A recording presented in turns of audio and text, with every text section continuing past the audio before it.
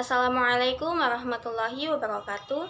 Nama saya Mita Permata Islam Yulianti dengan NIM 201130198. Di sini saya akan menjawab pertanyaan-pertanyaan UAS hukum pidana dari nomor 1, 2, 3, 6, dan 7. Pertanyaan yang pertama, A. Sebutkan dan jelaskan macam-macam hukum pidana material, hukum pidana formil, hukum pidana umum, dan hukum pidana khusus. Yang B. Di dalam tujuan hukum pidana terdapat teori mutlak atau pembalasan, teori relatif atau teori tujuan, dan teori gabungan. Pertanyaannya, tolong jelaskan tujuan hukum pidana berdasarkan ketiga teori tersebut. Jawabannya yang pertama, hukum pidana material adalah aturan hukum yang memuat tindakan pidana, di mana hukum pidana material inilah termuat rumusan perbuatan pidana dan memuat syarat dan aturan pelaku pidana. Sumber hukum pidana material inilah yang menentukan isi hukum yang sifatnya mengikat orang. Dikarenakan mengikat orang karena aturannya berasal dari pendapat umum, sosiologi, ekonomi, moral, dan lain-lain. Yang kedua, hukum pidana formil adalah hukum yang digunakan sebagai penegak hukum. Sederhananya, hukum formil mengatur bagaimana negara menyikapi isi perlengkapan menyidik, memusnahkan, menuntut, dan melakukan pidana.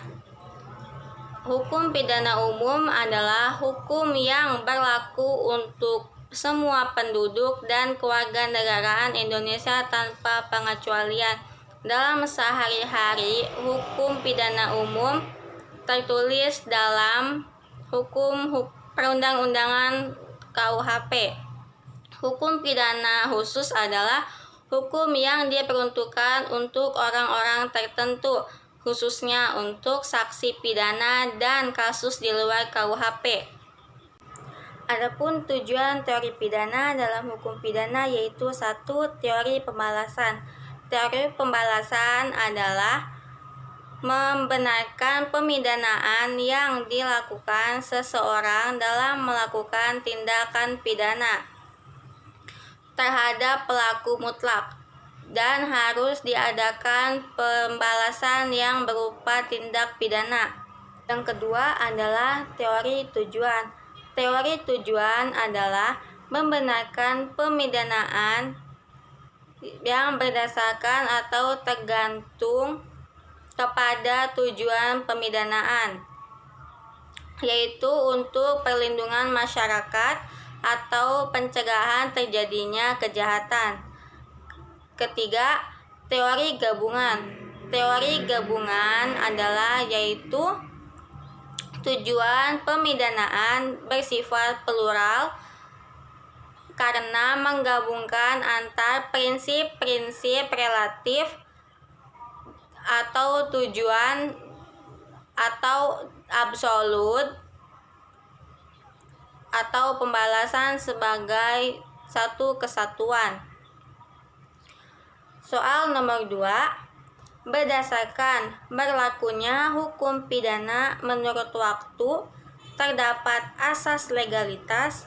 Pertanyaannya, kemukakan 3 prinsip dasar yang terkandung dalam asas legalitas. 3 prinsip asas legalitas yaitu 1. Tiada tindak pidana tanpa perundang-undangan, nola pula sin lege.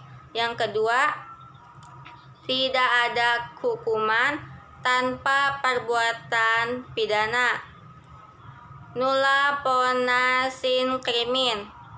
Yang ketiga, tidak ada perbuatan pidana atau kalau tidak ada hukuman yang berdasarkan undang-undang atau nullus crimin sine legali. Pertanyaan yang ketiga, selain berlakunya hukum pidana menurut waktu yang menganut asas legalitas, dikenal pula hukum pidana berlaku menurut tempat yang terdiri dari 4 asas, yaitu asas teritorial, asas personal atau nasional aktif, asas perlindungan atau nasional pasif, dan asas universal. Pertanyaannya, jelaskan masing-masing asas tersebut. 1. Asas teritorial adalah asas yang menganggap hukum di Indonesia berlaku di wilayah Indonesia siapapun yang melakukan tindak pidana. Pasal 2 KUHP. Yang kedua, asas nasional aktif. Asas nasional aktif adalah merupakan ketentuan hukum bagi warga Indonesia yang melakukan tindak kejahatan di luar wilayah negara Indonesia. Asas ini disebut nasional aktif karena berhubungan dengan keaktifan berupa kejahatan dari seorang warga negara. Yang ketiga, asas perlindungan.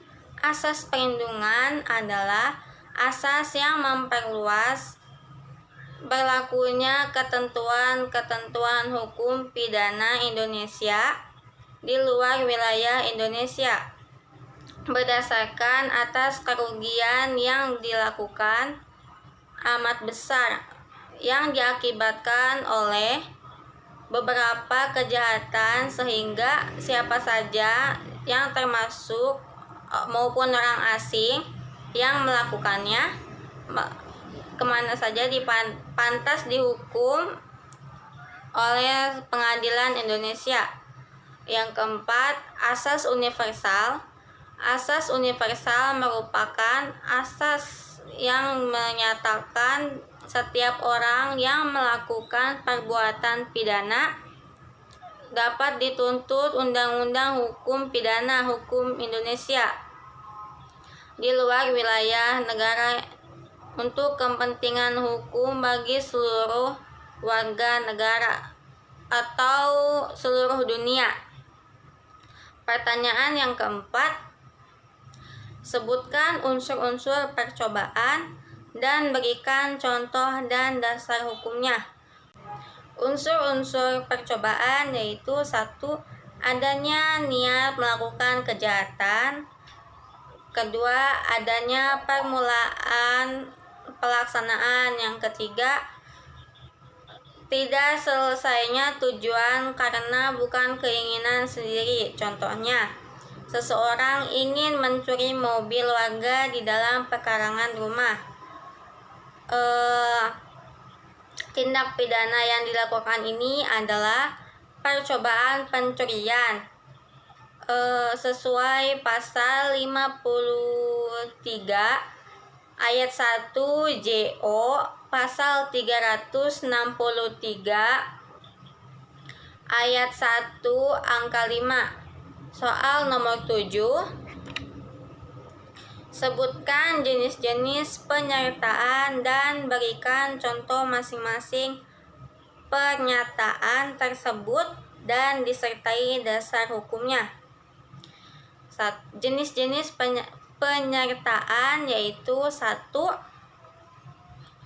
Menyuruh melakukan. Yang kedua, turut serta melakukan. Yang ketiga, menganjurkan melakukan. Contohnya, mereka yang melakukan, yang menyuruh melakukan, dan yang menyurut serta melakukan perbuatan pasal 55 ayat 1 KUHP. Mungkin cukup sekian dari penjelasan saya. Terima kasih. Wassalamualaikum warahmatullahi wabarakatuh.